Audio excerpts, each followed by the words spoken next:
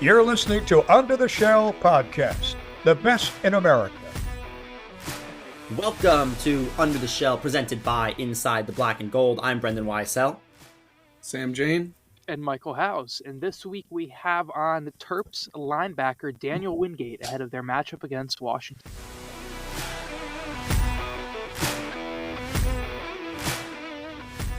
This week we are joined by the past week's Big Ten Defensive Player of the Week, Daniel Wingate. Daniel, thank you for joining us. Thank you for having me. Of course. Let's start right there. Let's talk about this past week, the Wisconsin game. Obviously, you guys had high expectations going in. I assume that game exceeded your expectations. What were your just immediate thoughts after that game once it concluded? The immediate thought from just the team was just the fact that, we played a dominant 4 quarters and we did what we set out, what we did with the game plan was, just going out there, playing hard, playing physical, playing fast, and playing to our standard. Going into the game, I know there had been a lot of talk about the fact that this Maryland team in the past couple of years had a lot of trouble on the road in the Big Ten, and you guys pretty much squashed all those kind of narratives. Is that something that the team was kind of fired up about after the game? For sure, just being able to go in their stadium, a stadium where it's a loud environment, an environment where they basically have another player on the field with their crowd.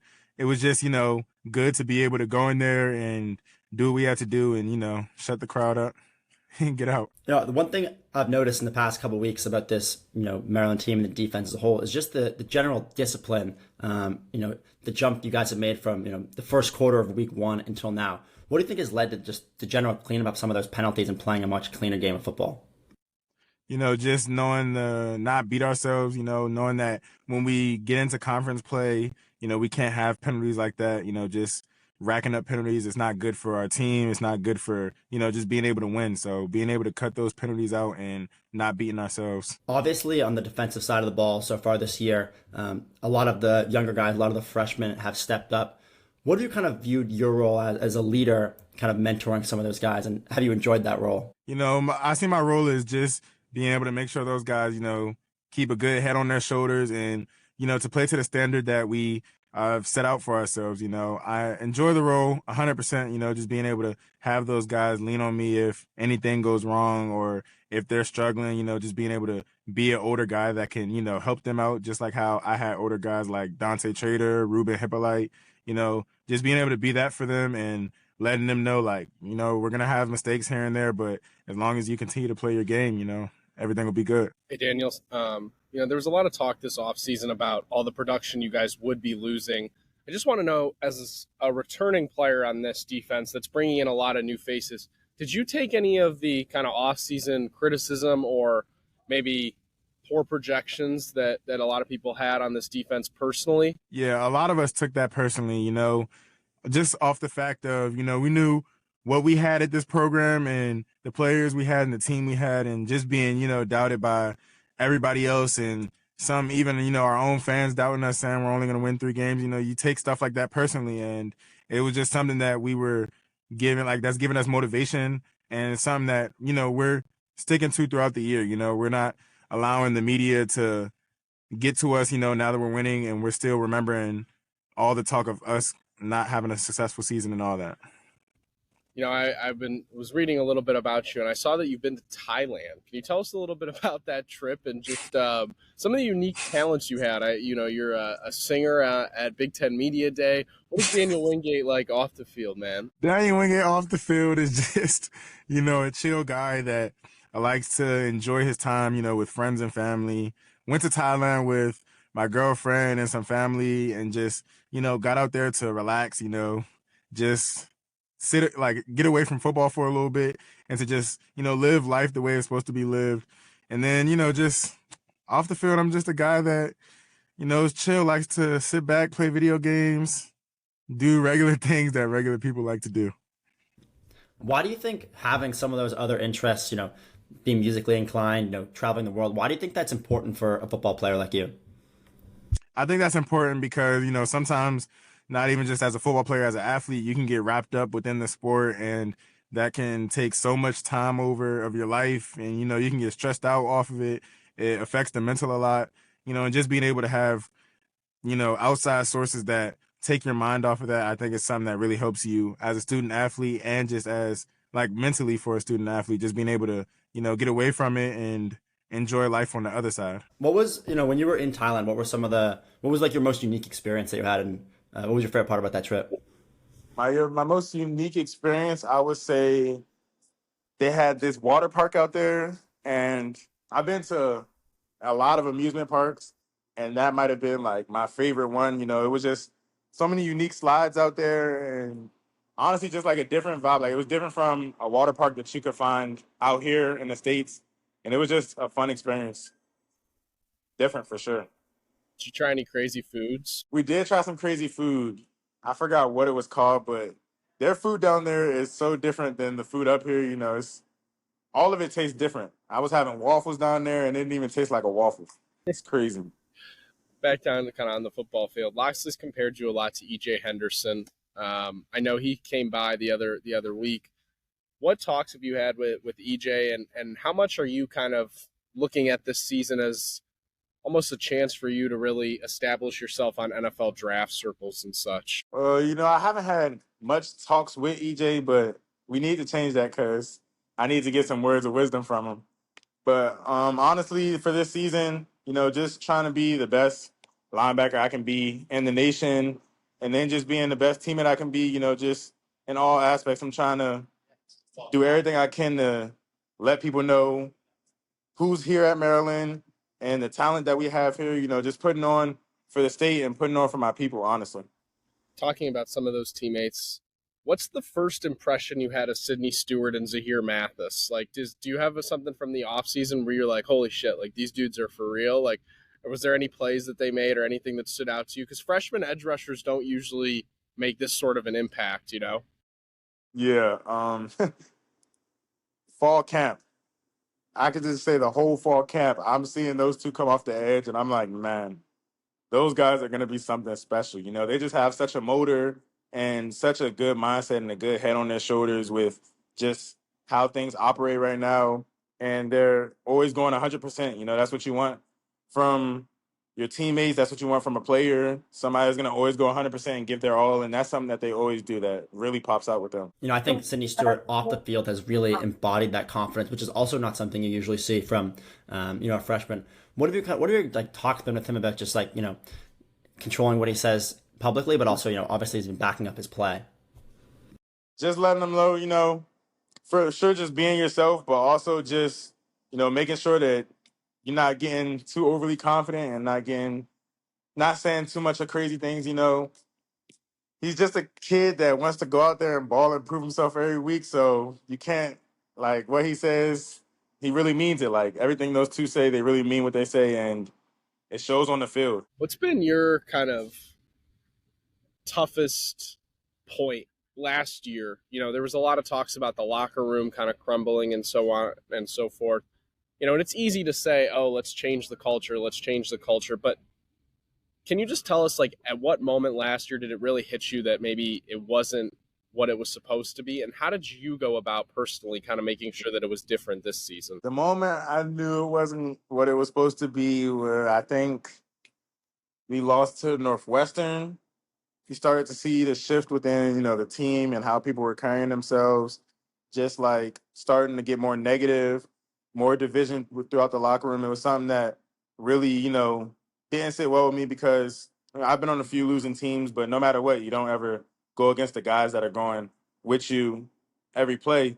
And that's just something I try to carry over to this season, like no matter what, we just got to continue to stay as a team, stay as a family, to not go against each other, because once we beat each other, then, at that point, there's literally nobody else that's going to be there for us.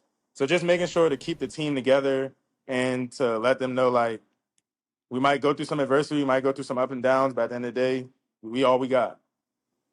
A lot of it was centered around NIL.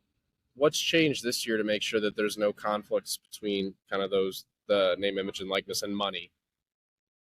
People have made it to where we just got to keep it football, we made it known, like, in leadership meetings, that we're not trying to be watching nobody's pockets or nothing. Like, the end goal is the NFL, and that's where you're going to get the real money. So why be so worried about what somebody else is making now? And if you got a problem with your NIL, then go play better, Was this something that, a lot of people on the team were like, the messages you're sending about, keeping it focused on the play on the field? Was that something, a small group of players spread to the team really? Who was the people behind those messages?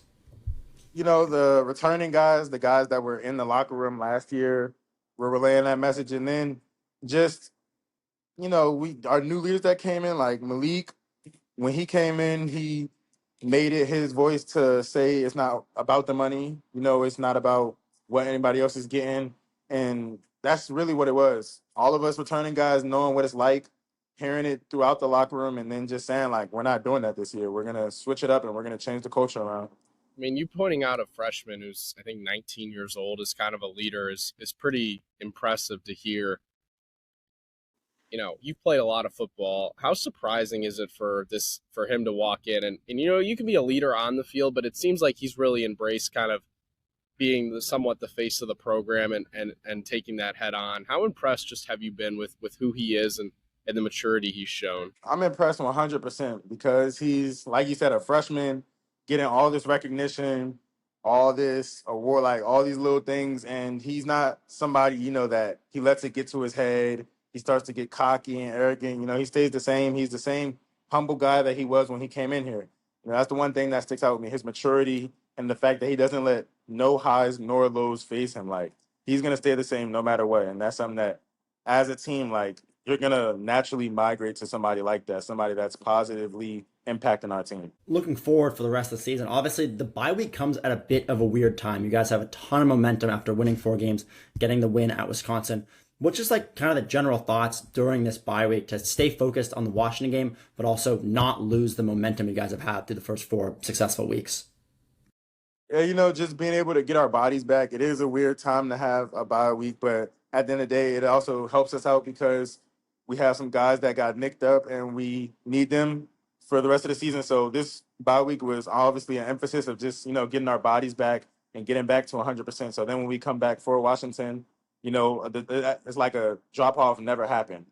So just honestly staying consistent and staying focused on what the goal is. We're still thinking about being 1-0 each week. So the momentum shouldn't be a factor. The bye week shouldn't be a factor of our momentum because at the end of the day, we're still trying to come out each week and be 1-0.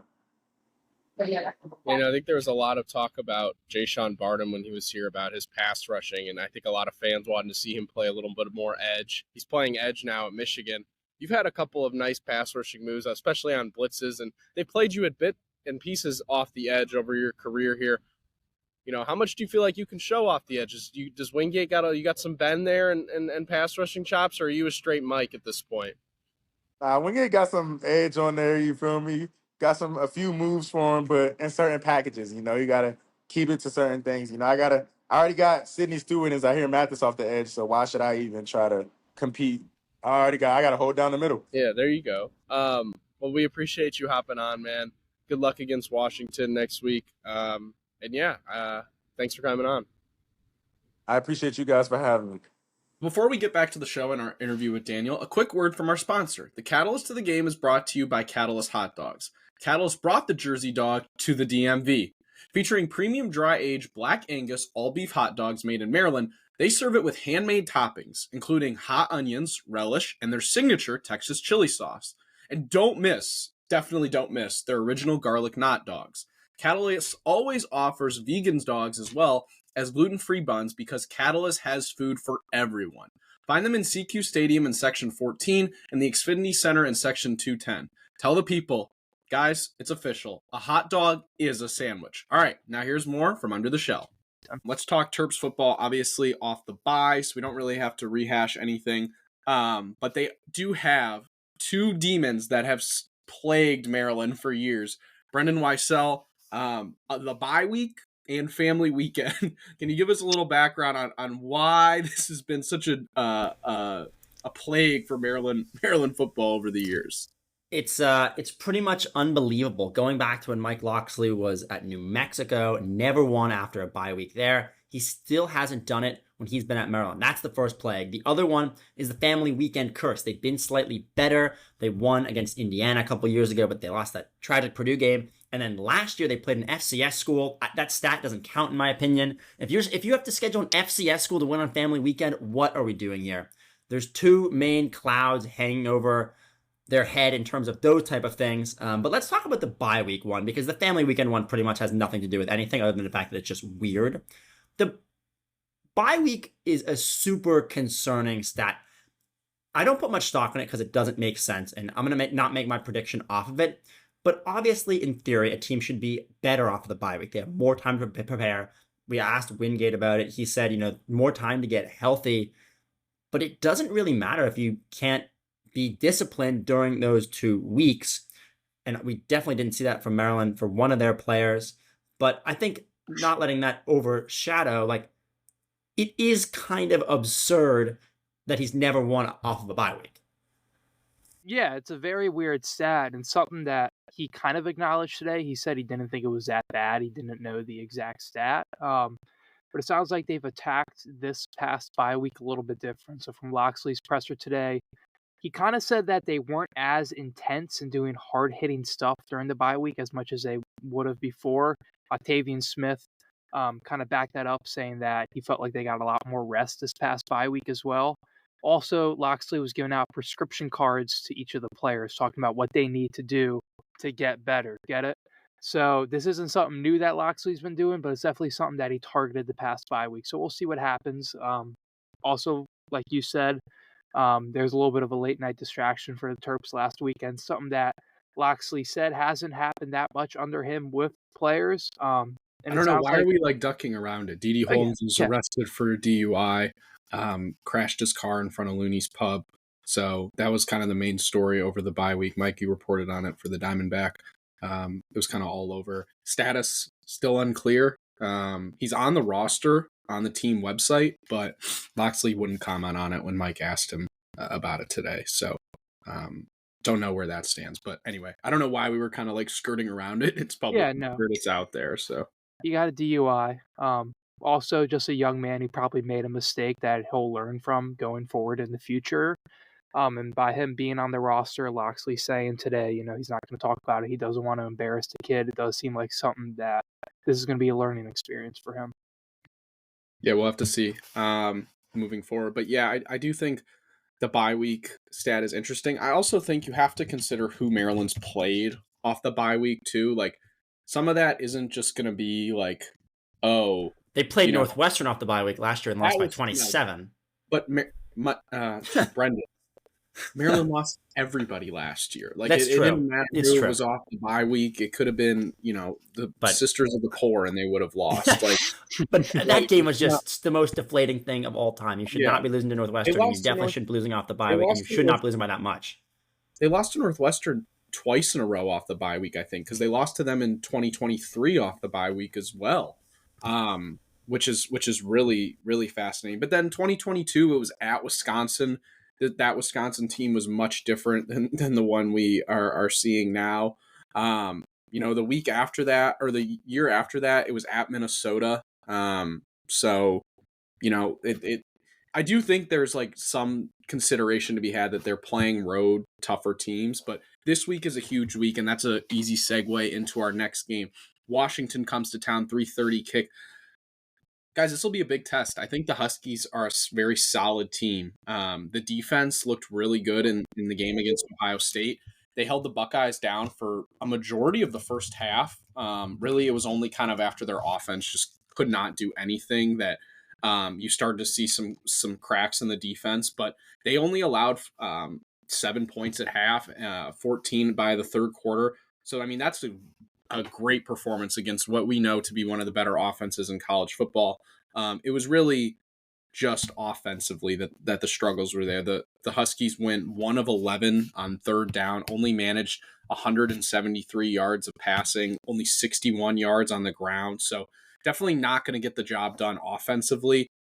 But I do think that this is one of the more talented teams that Maryland's going to face this season, to be honest. Brendan, a really, really good quarterback, wide receiver, running back trio.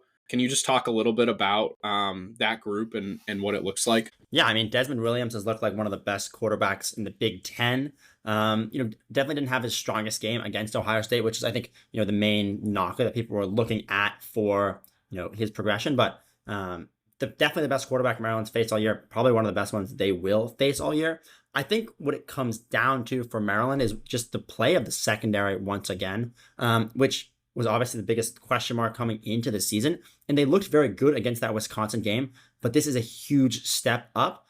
With that being said, I do think that Maryland will limit Washington's offense, and I think this game will actually come down to how Maryland's offense performs if they can actually put up enough points to win this game. Because as you just said, the Washington defense has looked much stronger. Really quick, offensively, you didn't even mention the guy that I was thinking, Denzel Boston, the wide receiver. He kind of came into the year as one of the top projected wide receivers in the country. He's 6'4", 209 pounds. He's got 275 yards on the year, 3 touchdowns.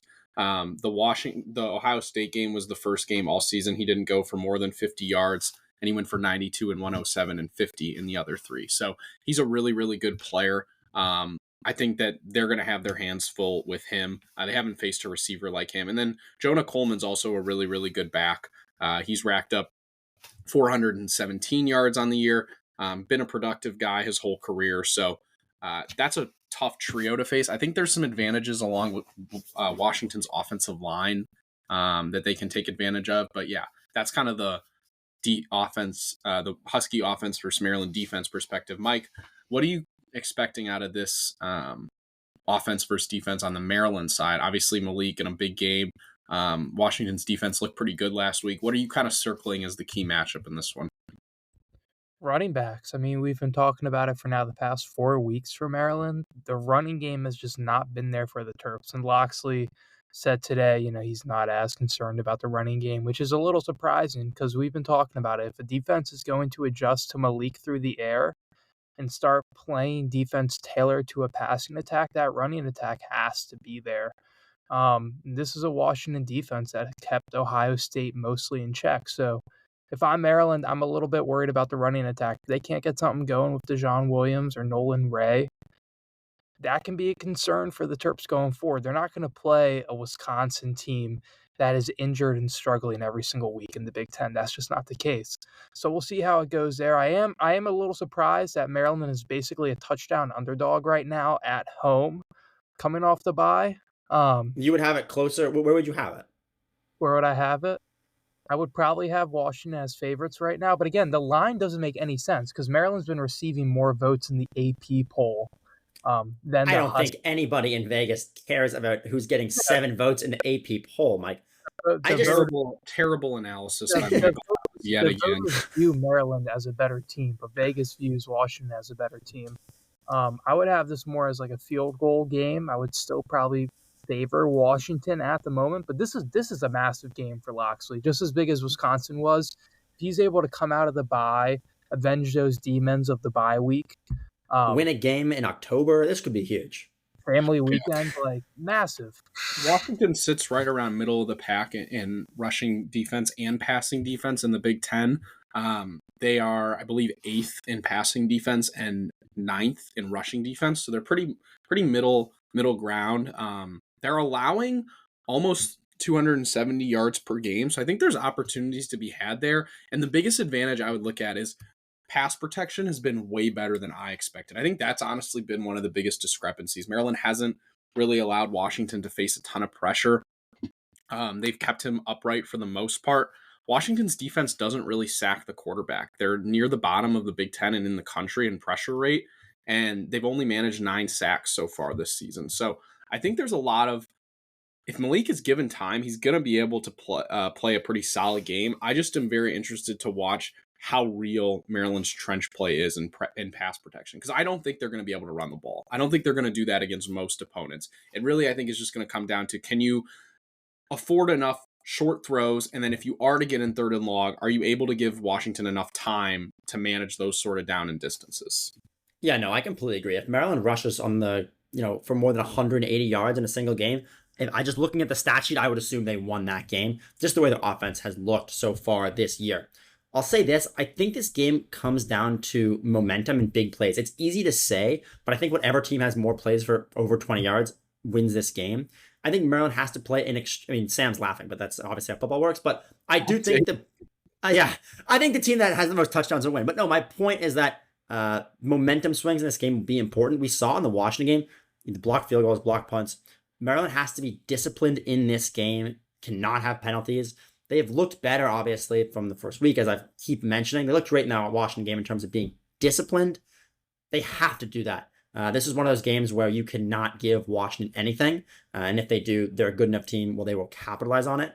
And Maryland has to be on the receiving end of those big momentum plays. It's obvious to say, but it's something Loxley really hasn't been able to do in these type of Big Ten games. Shifting back to the rankings for a second. So Maryland received 7 votes in the latest AP poll. If they win this game, go 5-0. Do you think that's enough to push them into the top 25? Yeah, and then I'd love to know the last time Maryland and Virginia were both ranked, but Brendan, just to let you know, you talked about explosive plays. Washington right now created 29 plays of 20-plus yards. That's 16th best in the country. yeah. Where do you think Maryland sits? How many plays of 20-plus yards so far this season? Yeah. I'm going to guess they have 11. 15, but 15. they're 105th in the country. So actually not a huge discrepancy, but yeah. is something to look at. It matters, yeah.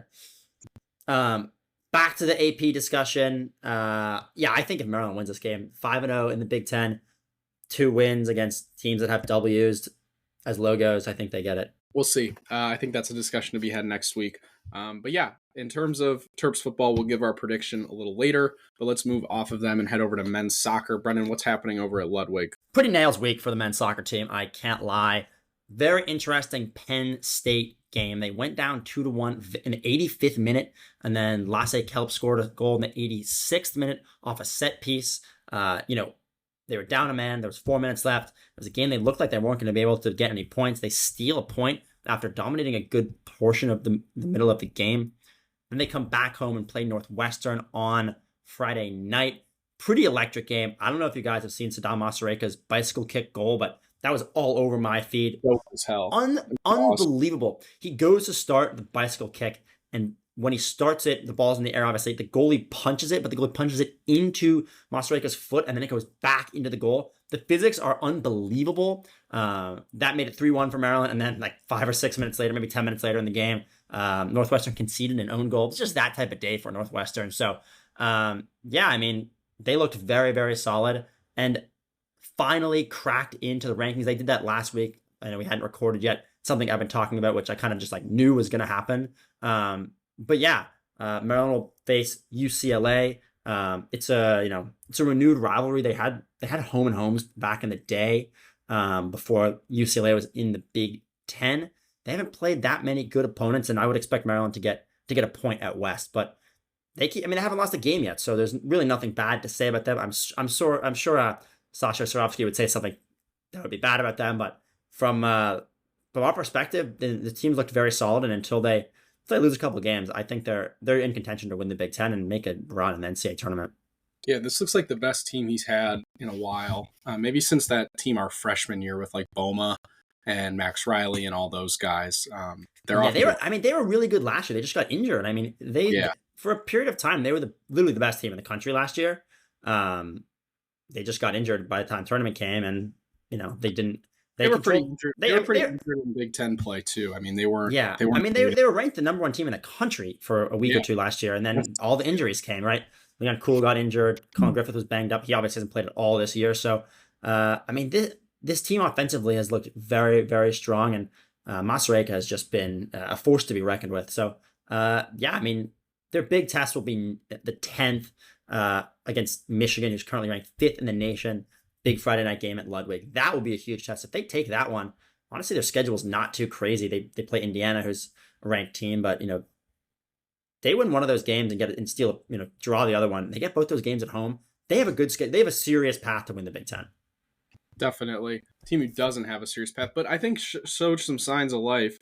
The women's soccer team with a couple of big games out west, didn't necessarily go exactly how they wanted, especially in the first game, dropped to USC in a pretty dispiriting loss, but then hung with UCLA for a while before ultimately losing to one of the best teams in the country. So I think that's kind of how we expected that weekend to go. UCLA, I think they were number 4. What they're were they? Fourth right now, yeah. Yeah, new rankings, 4. They're fourth. USC was pretty mid, and that game was really bad, but they hung around with UCLA right up until the end, so you can't really fault them for that. I mean, seriously, they had a serious shot to steal a point in that game, and that would have been huge. I think UCLA scored in the 77th minute. I mean, that game was tied for a while. And, that's kind of what Marciano talked about. There were so many Big Ten games last year where Maryland would go out there, they would concede a goal in the first 10 minutes, and they would lose something like 5-0. And being competitive against the fourth best team in the country is not an easy thing to do, especially as we talked about with him, with the talent on this team. I mean, just like Maryland played a much cleaner game. The fouls were 11-2. Maryland only had 2, and then they got outshot, obviously 13-12. But the fact that they hung in that game and played a more clean version of soccer, they lose the game. But I know Marciano had to be feeling good after that loss. Which should tell you where we're at with the women's soccer. Sure. But it's like you go into you travel to California to play the fourth best team in the country after, getting not embarrassed, but you lose 3-0 to USC, which has been kind of expected for this program. And then I think it's a noble thing. They don't win the game, as I said, but no, it obviously speaks to where the program is. It's never like a incredible thing to be looking here and say, oh, they lost the game 1-0 and there's positive parts about it. But God, you got to know where this program is. I mean, he knows where it is too. We talked about it all year, the past 2 years. I mean, they're not this competitive in that game last year. And so it's a positive sign. And yeah, sure, it's not incredible till they win the game, but I think we were all pretty high on Marciano after we talked to him. And I wouldn't say this was totally unexpected, but yeah. But it is just kind of funny that we're like, oh yeah, sure, Coach very funny. Yeah. But anyway, Coach, who definitely is feeling probably pretty pissed is Missy Maharg, the field hockey team, dropping another top 10 game. They're now 0-3 against top 10 opponents.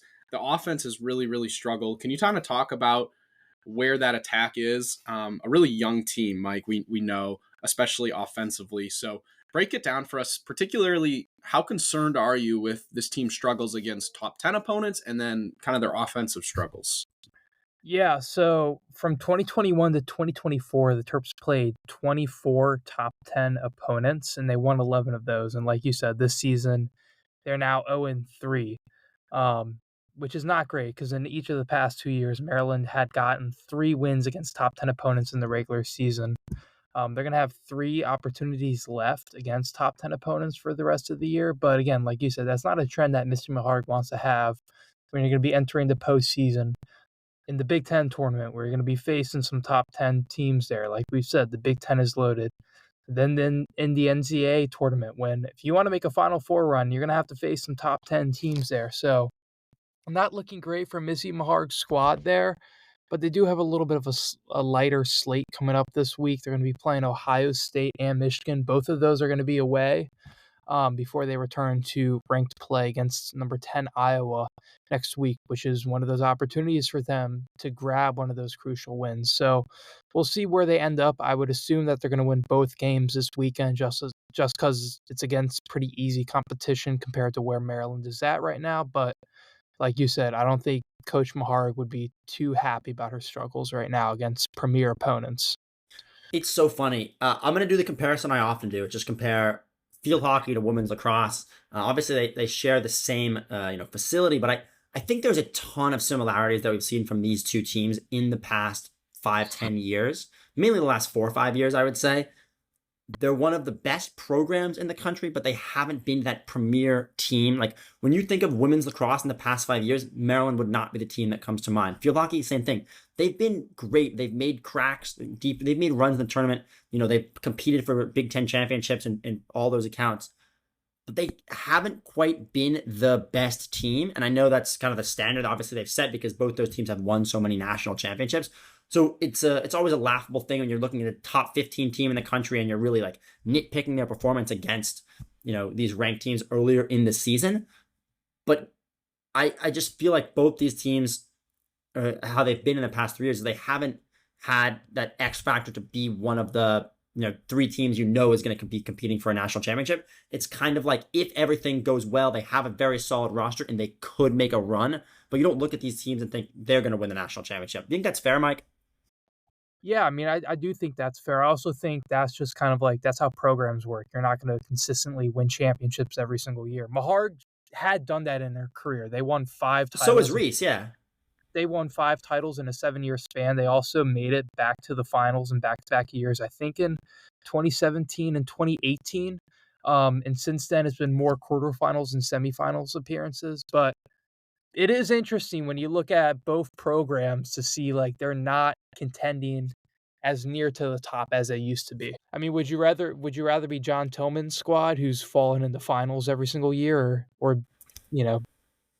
I don't know. It's weird because if you look at, I mean, we're talking about men's lacrosse in September. That's how you know we're a Maryland sports podcast. But Maryland football plays its biggest game of the year on Saturday, and we're talking about John Tillman. But I just think Tillman's been very good at getting everything to go right. The way that I understand it is like the past 2 years, Maryland has not had the best roster in the country. They've had a very, very solid team, and for both lacrosse teams that were runner-ups. But he has been very good at getting all those guys to play at the highest level come tournament time. And so they've made those deep runs, but no one necessarily expected Maryland to win the tournament going into. I mean, they obviously were one of the teams probably favored in the top 3 or 4 odds for the tournament, but it's tough. I think you'd rather lose in the national championship, right? You get there. So I think the difference then you would be able to say is like both lacrosse teams, you would say they're the best team in the Big Ten, correct? I don't think you can say that about the field hockey team the past couple of years. Yeah, I mean, neither of them have won it in the past. Neither of them have won the tournament in the past since we've been here. But the Big Ten lacrosse, everybody's going to be in the top 6. There's only 6 teams. It's like it's a mute argument. I do think that there is a question to be had, but I personally think right now that the offensive line is really not offensive line. The front line, the offensive line. I meant like I kind of combined. I was going to say front line and offense. Sam can't believe we're 25 minutes into our portion of the podcast and we're talking about men's lacrosse. So he can swing it back to the O line. If Alou Bob makes it this deep into the episode, he'll be pleased.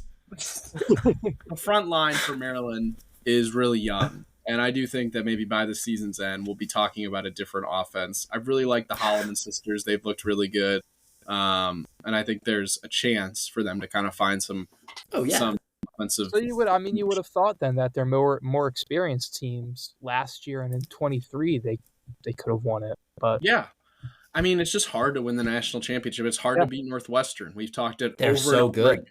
How Northwestern beats this team every year. So when that happens, I'm sure we'll break it down more. But let's move off of field hockey. Brendan, take us to our next topic. Let's talk a little volleyball here for a second. 2 losses this weekend on the road at Iowa and at number 1, Nebraska. Maryland played competitively in the second set against Nebraska, taking it to past 25 points. But the first set and the third set, they did not look very strong. Disappointing weekend. They will be on the road on Friday at Rutgers, and then Penn State will come to town for the biggest game of the year in terms of crowd turnout. This game will be being played at the main floor at the Xfinity Center, so probably expecting a lot of people from Penn State to make the trip, but also just general fans from around Maryland. That's a game Maryland would love to be competitive in and obviously win. Penn State has been incredible as a program the past couple years, so I don't expect Maryland to win that game, just how they've played against Power 5 opponents this year, but being competitive would be a start. I mean, I think we're going to see what we saw last year in Big Ten play for this volleyball team, which is it's going to be hard for them to win sets, honestly. I mean, this is just what we expected from this team. They're going to be good in the non-conference slate. They're going to be not as good in the conference slate. Adam Hughes is 64-15 in non-conference play over his tenure at Maryland, and then an abysmal 45-97 in conference play with the Terps. So I get it. The Big Ten is tough when you have so many top teams in that conference, but at some point, you look at a program like wrestling. Alex Clemson was making strides last year with that program. Like, I don't know if you can say the same about the volleyball program. They went 8 Big Ten games in a row last year, pretty much a month. To be fair, most of them were on the road, where they won 1 set the entire time. So that may be a trend we're seeing this year as well. It's the story we knew. Like it's a story we knew. Yeah, that's. Yeesh. But anyway, let's move off of volleyball, head over to our picks. Guys, let's start with the Terps. Big game, Washington. Mike mentioned the spread. I also think it's going to be a close game. I'm going to start over with Brendan, though, to give us our picks because Michael deserves to go last. He got Wisconsin right. I'll take the second mantle. So be All right. flat. Let's do it. Washington's played a lot of really high-scoring games, with the exception of the Ohio State game. I think the Maryland defense is closer to the games they played, the first 3 games they played this season as compared to Ohio State. I think it's going to be a higher-scoring game. I will take Maryland in a bit of a shootout, in a close one. I'll take Maryland 38-34. Ooh, that would be an awesome game. I would love to. I would love to watch that game. I'm going to go a little more low-scoring, but I think it's going to be pretty similar. I'm going to take Washington 28-24. I think they're going to be in control for most of the game. I think Maryland will make kind of a late comeback, but I think Washington's going to kind of control the game. I think they're going to be able to run the ball effectively, something Wisconsin couldn't do, and just kind of, I think Malik, I keep saying it hasn't happened, but I think he's due for kind of a bad mistake at this point. I guess I'm going to join you, Brendan, this episode. I'm going to take the Terps 25-22. I don't think this is going to be that high scoring of a game. I think Malik might make a couple mistakes. This will be the toughest team he's played so far this year. But I still think Maryland's going to be able to win this one. Even if he made mistakes against Wisconsin, they would have won that one. So interesting to see. Big game for the Terps, like we've talked about. And I guess let's move into our college football picks. I went 2-1 last week, so now I am 8-7 on the season. Yeah, we're knotted up pretty much. I'm 9-6. Sam's 9-6. It's been a heck of a year to be picking. Good job. Good job. You want to start us off, Mike? You're in the last place. I mean, we're all You're in the winning. final place, so go for it.